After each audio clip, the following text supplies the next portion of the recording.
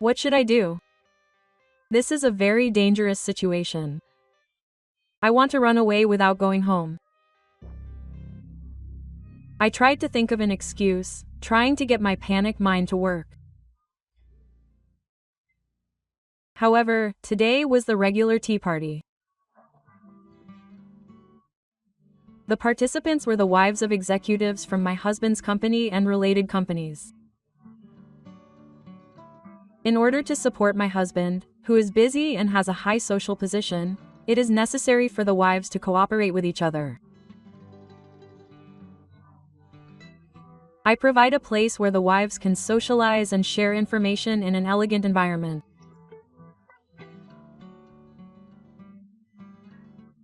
I think this is also a natural role for someone in the position of a company president's wife.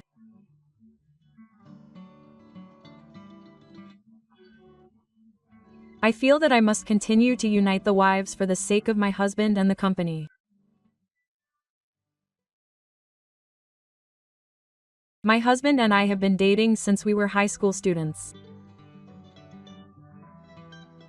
To be honest, my husband is not my type, and I did not like him as a man.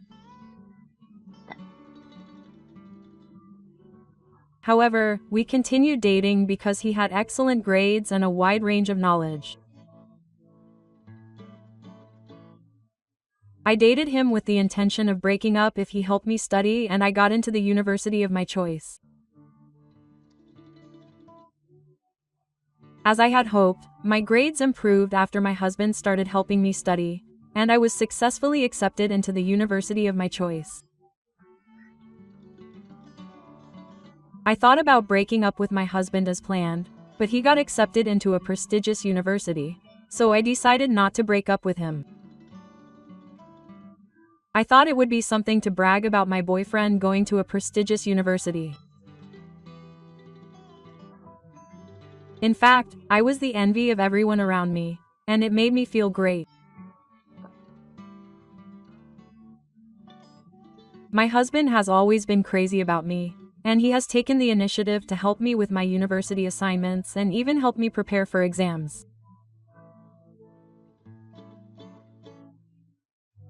Thanks to that, I was able to graduate with excellent grades and get a job at a company that everyone aspires to work for. This time, I'm going to finally break up with my husband.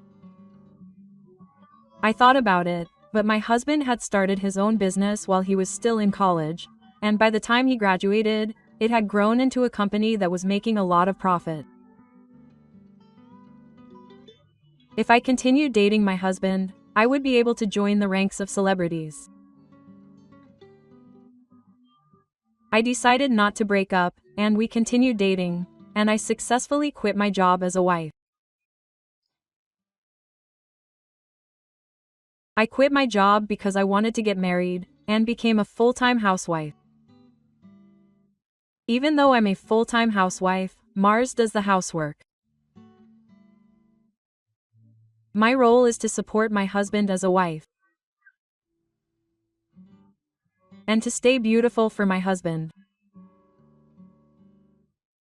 I spend a lot of money on beauty to stay beautiful. Basic cosmetics, beauty treatments, and cosmetic surgery all cost money, but the thing that costs the most money is my relationship with him. After all, if I want to be beautiful, the most effective thing is to be fulfilled as a woman. Although I have sex with my husband, it's too stale and I don't feel anything, and this will make me wither as a woman.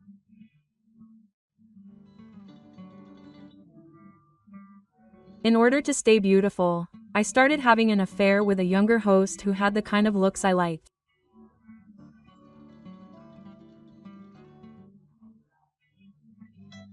Since having an affair with him, I've become noticeably more beautiful, and my husband and the other members of the tea party have complimented my beauty.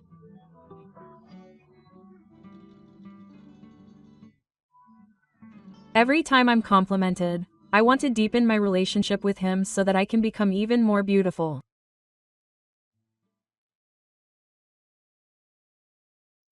I met up with him right after leaving the tea party. Today, I plan to have sex with him before going to his shop. I enjoyed sex with him to my heart's content. When I left the hotel to go to his shop, I saw a flash in front of me and instinctively looked away. Wondering what was going on, I looked in the direction of the flash and saw an unfamiliar man standing there. The man continued to take several pictures without saying a word. "Hey, what are you taking pictures of?" I cried out. "What do you mean? I'm having someone from the renewal office take pictures of me having an affair." As he said that, he appeared from behind the man. "Oh, you. Why did you show up like that?" It was my husband, quote. "Why? You're right. I guess it was because of your lack of popularity," my husband said with a humble laugh. My husband said that it was the Tea Party members who made fun of my indecision. Of course, I never told anyone about him. But they did hint at it. Some of the Tea Party members became suspicious of the hints and investigated me and leaked the information to my husband.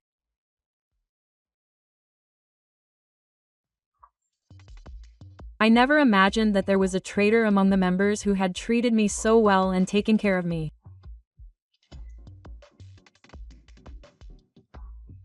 My mind went blank for a moment at the unexpected revelation. But I quickly calmed down and said, "Isn't that wrong?" I was about to tell him how I came to be in a relationship with him.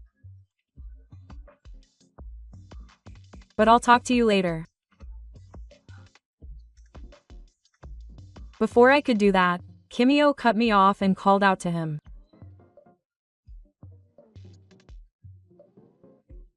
Apparently, my husband knows the owner of the host club where he works, and he reported it to the owner and has already collected compensation. He was pretty angry. He said he wouldn't forgive me this time. "Shouldn't you hurry up and go to the club?" My husband said cheerfully. In contrast, his face turned pale, and he pushed me aside and ran away in a panic. Seeing this, I was overcome with an indescribable fear. My husband in front of me was filled with anger. I had never seen my husband like this. Before I knew it, my body was shaking violently.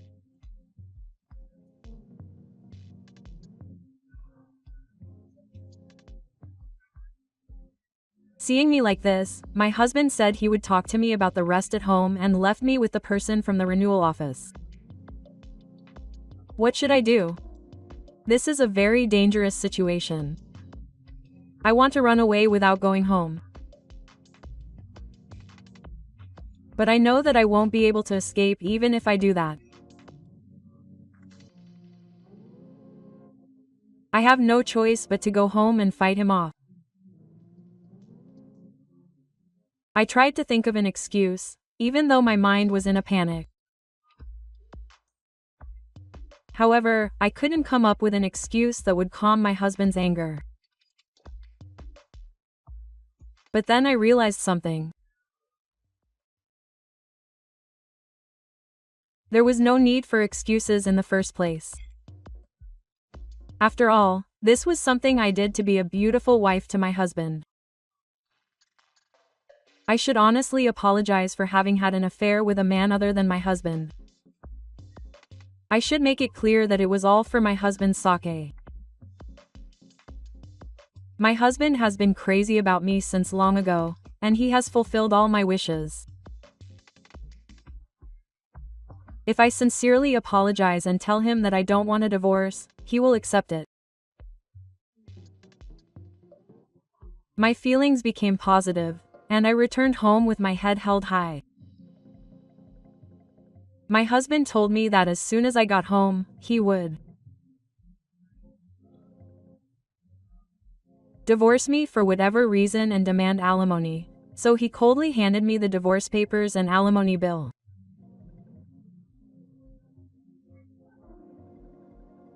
I took a deep breath, looked my husband in the eyes, and apologized for my infidelity.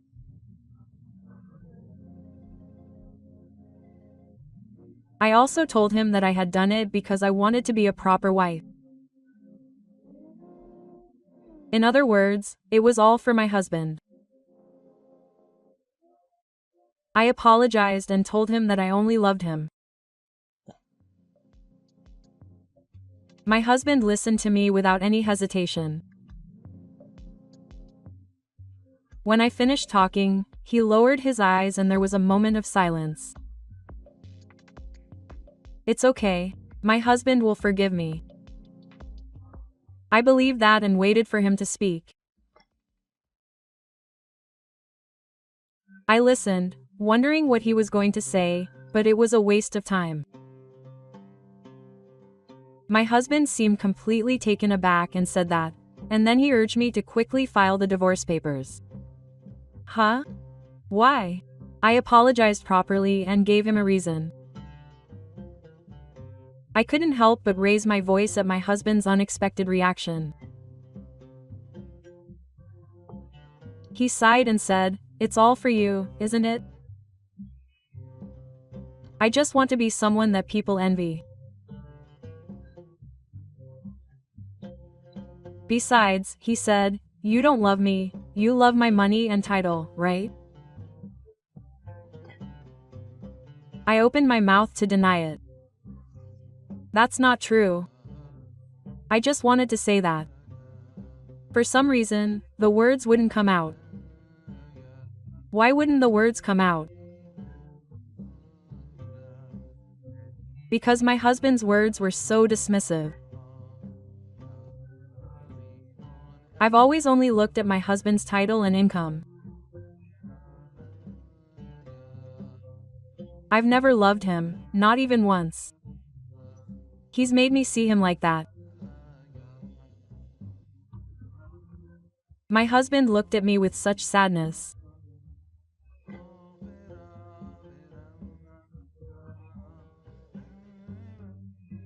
I told him that I had done everything for him. But this result was too harsh. I didn't want to see his face anymore. He told me to sign the contract and get out.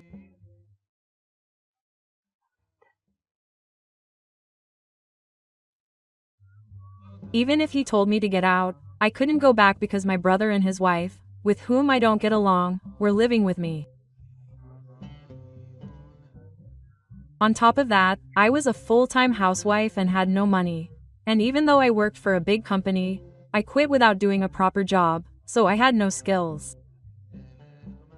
I had never done any housework before, so even if I was kicked out, there was nothing I could do. I begged my husband to change his mind. He said, "Don't worry. I'll get you a place to live and a job." My husband said that and once again urged me to prepare for divorce papers. When he said that if I refused, he would take me to court, so I couldn't resist anymore. I did as he said and signed the divorce papers. When I left the house, my husband handed me a business card and an envelope containing several tens of thousands of yen. He told me to contact the person on the business card immediately. He told me to live off the money until I moved to a new place, and he closed the door without looking at me.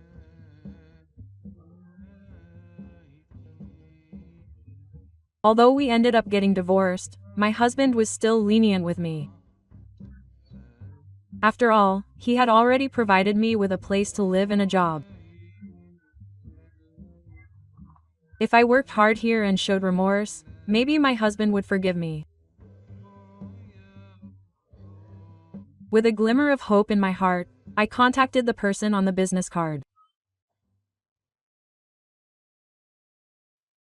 A few days later, I arrived at the workplace that my husband had introduced me to. It was a factory in the mountains with a walled area. This factory was affiliated with my husband's company, and the person on the business card was the manager of the factory. The manager told me to live together with other employees in a building right next to the factory. The building, called Building, was dilapidated and dirty inside. The rooms were small, and apparently several employees shared this cramped environment.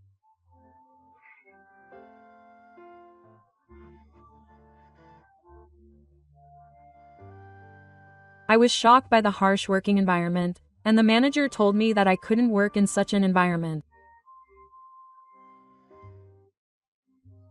He told me to provide me with a private room and make an exception so that I didn't have to follow the rules.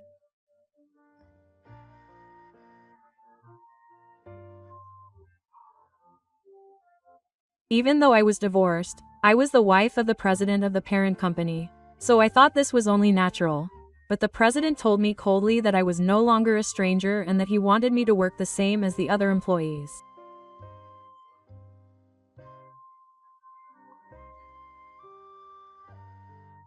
After that, I was completely worn out by the harsh labor and interpersonal problems. I never thought I would end up living such a hellish life.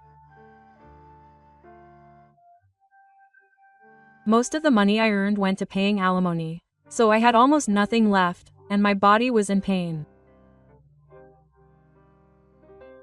Still, I gritted my teeth and kept working in order to be forgiven by my husband. A few years later, I was summoned by the manager. The message was that the alimony had been paid, so I had to leave.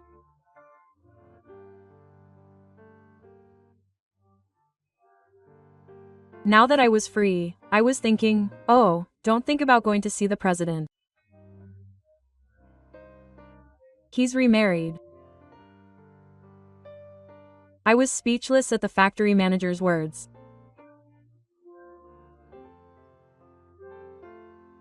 Wait, didn't he forgive me if I paid alimony? No, that was just my own assumption.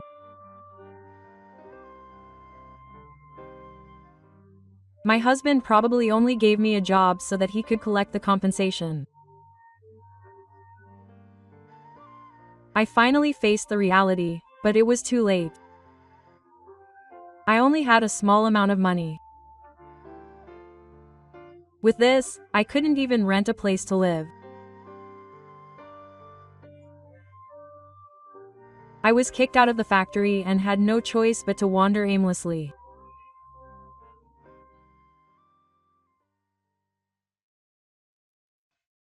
Thank you for watching until the end. Please look forward to the next story.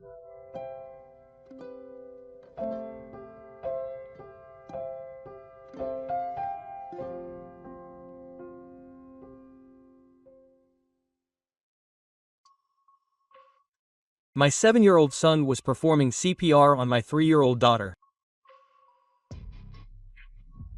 His body was soaked with tears and a waterfall of sweat. There was no time to stand there in shock. I immediately ran to my 2 children. My name is only one. I am 35 years old and work as a manager in the logistics industry. My job requires me to go on long business trips, but I try to cherish my family. My home, where I live with my wife, 7-year-old son, and 3-year-old daughter, is my emotional support. The smiles of my children soothe my tired heart. The moments when my children greet me with smiles bring me so much joy. I was able to endure the tough business trips for the sake of these moments. Hey, I'm home. I was able to finish my long business trip early and returned home on time. I was holding souvenirs for my family in both hands, and it was a little difficult to walk, but that was also happiness. However, when I entered the living room, an unimaginable sight awaited me. My 7-year-old son was performing CPR on my 3-year-old daughter, covered in sweat.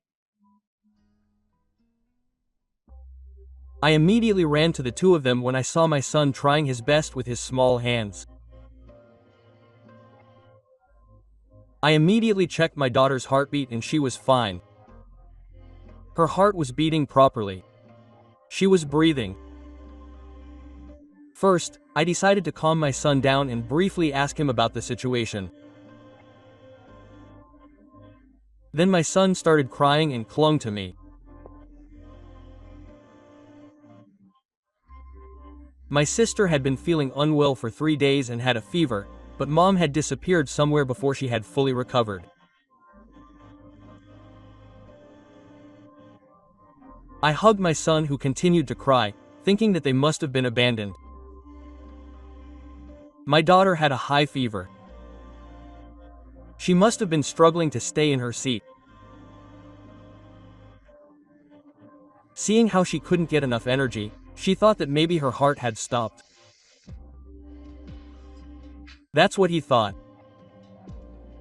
Now that I think about it, we watched a drama together before I left on a business trip that had a scene where CPR was performed. I just couldn't stay like this. My daughter had a high fever. I called my regular pediatrician. He told me to come right away, so I took the kids and headed to the hospital.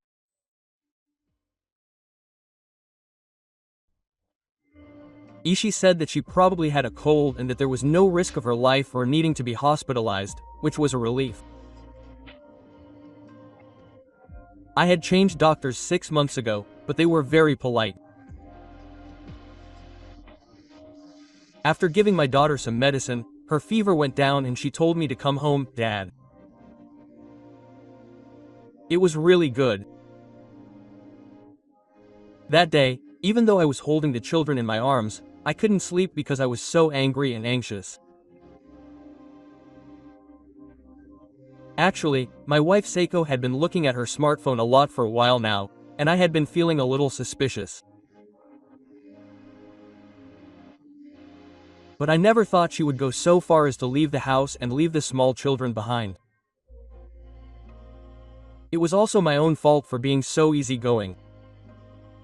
I just wanted to know the truth.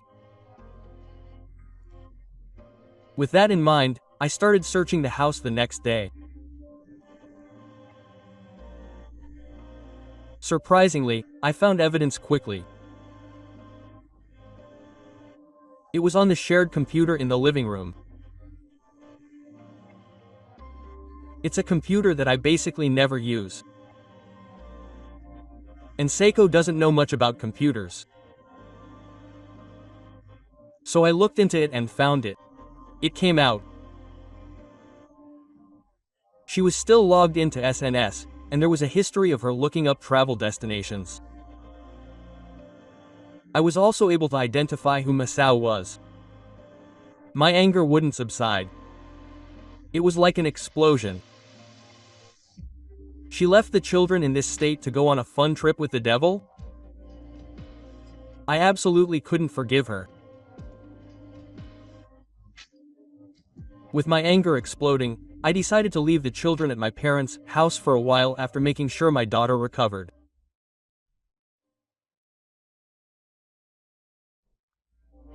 When my parents found out about the situation, they were angry and promised to help me in any way they could. It was pathetic, but tears came to my eyes.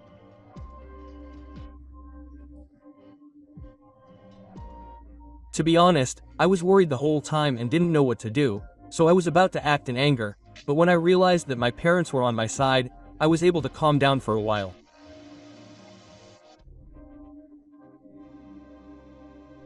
I'm so grateful. And so, I decided to find out where the two of them were on their anniversary and put an end to their lives. I went with a certain group of people to where Masao and his wife were. It was a high-class hot spring inn. When I checked their bank accounts, it seemed they had used my money to book the inn. Thinking that they were enjoying themselves with my money made me feel even more unforgivable. When we arrived at the inn, the first thing that caught our eye was Masao and his wife's child, both wearing yukatas. Had they been out sightseeing or something? They crossed their arms and stared at each other, making it obvious to anyone that they were a creepy middle-aged couple.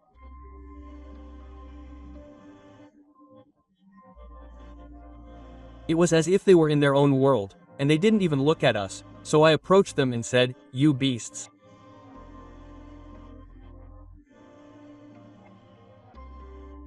When I said that, they turned around in surprise. The two of them froze and stopped moving. Satoko desperately tried to make excuses, but I didn't listen at all.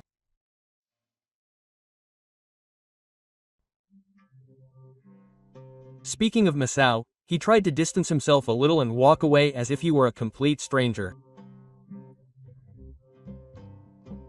Is this man an idiot? I turned to the devil. Your life is over here. When I said that, Masao gave a forced smile.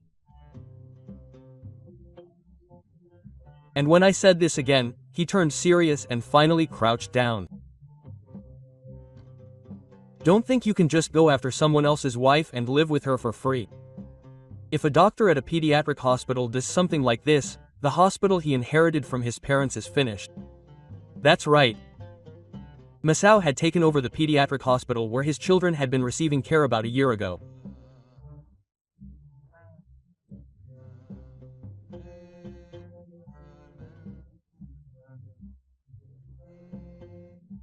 However, unlike the old doctor before, he was clearly doing sloppy examinations, and his reputation suddenly deteriorated. That's why he had to go to a different hospital despite his wife's objections. I see. I thought he was just going to a hospital with a bad reputation, but this is what happened.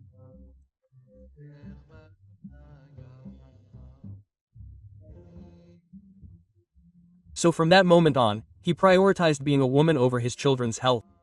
It made me sick. And then, a certain group of people surrounded Masao. They were people from the hospital. Among them was the director of the Sendai. In other words, Masao's father was there too.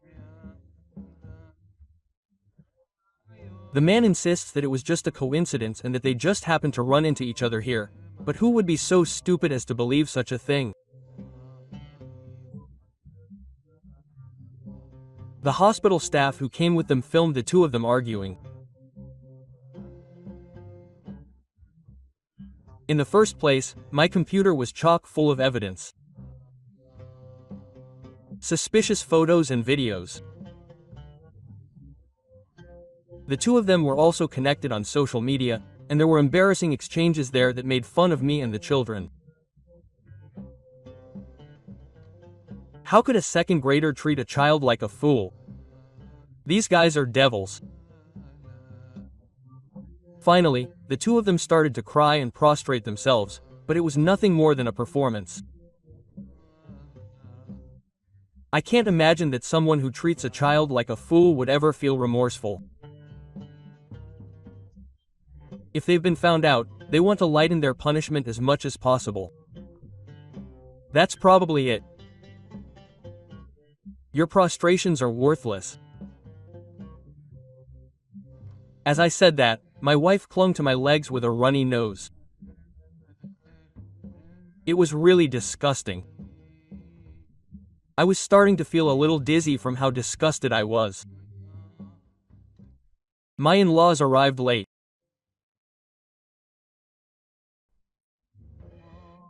Then my wife, who thought her parents would help her, suddenly started pointing at me and making a fuss, and I was deceived. I was betrayed. She shouted that she wasn't at fault, but her in-laws knew everything that had happened.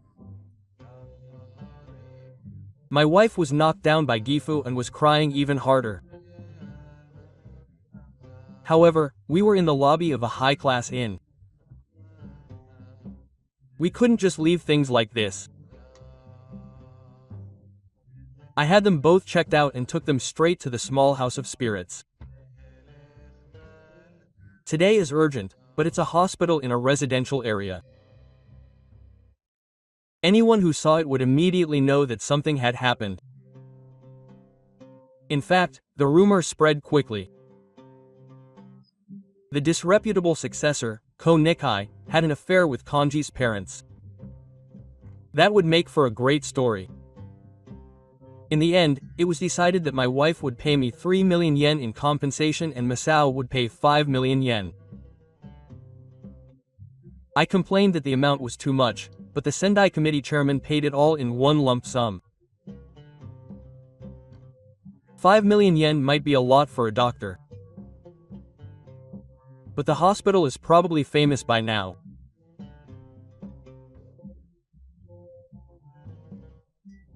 She trembled and cried, saying she didn't want a divorce, but as I read out the messages left on her computer, one by one, that made fun of me and the children, she gradually became expressionless.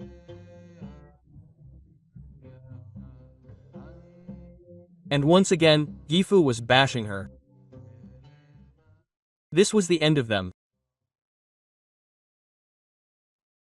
Some time passed after that, and I officially divorced my wife. At first, I was living with my parents, but after consulting with my company, I was able to move to Tadokoro, so we moved nearby.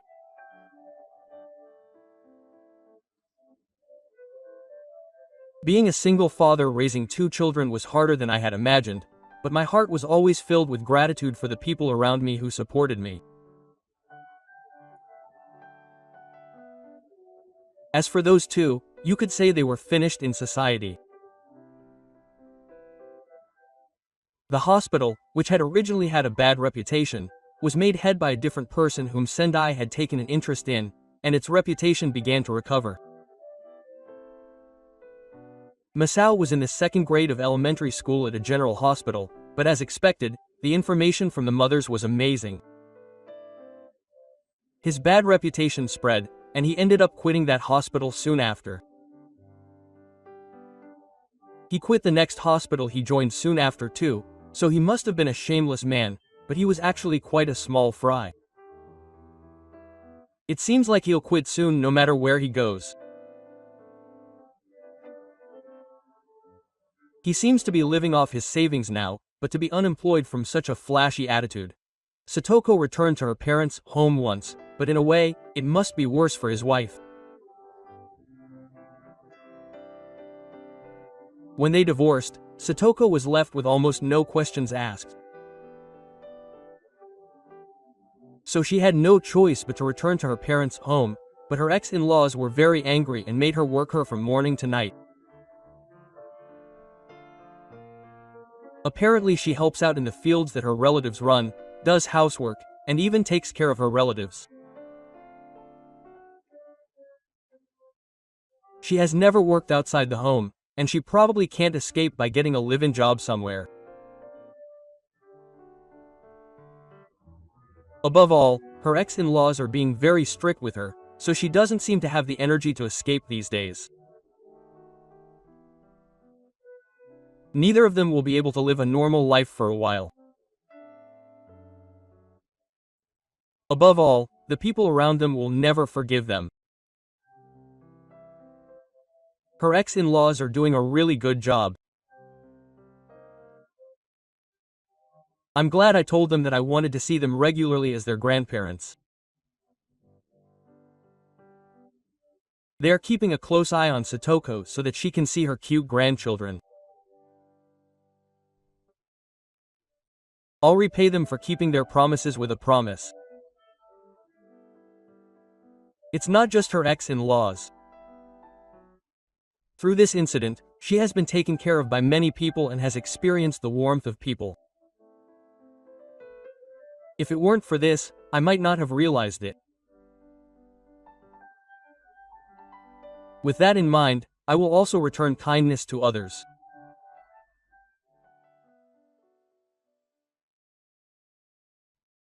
Thank you for watching until the end. Please look forward to the next story.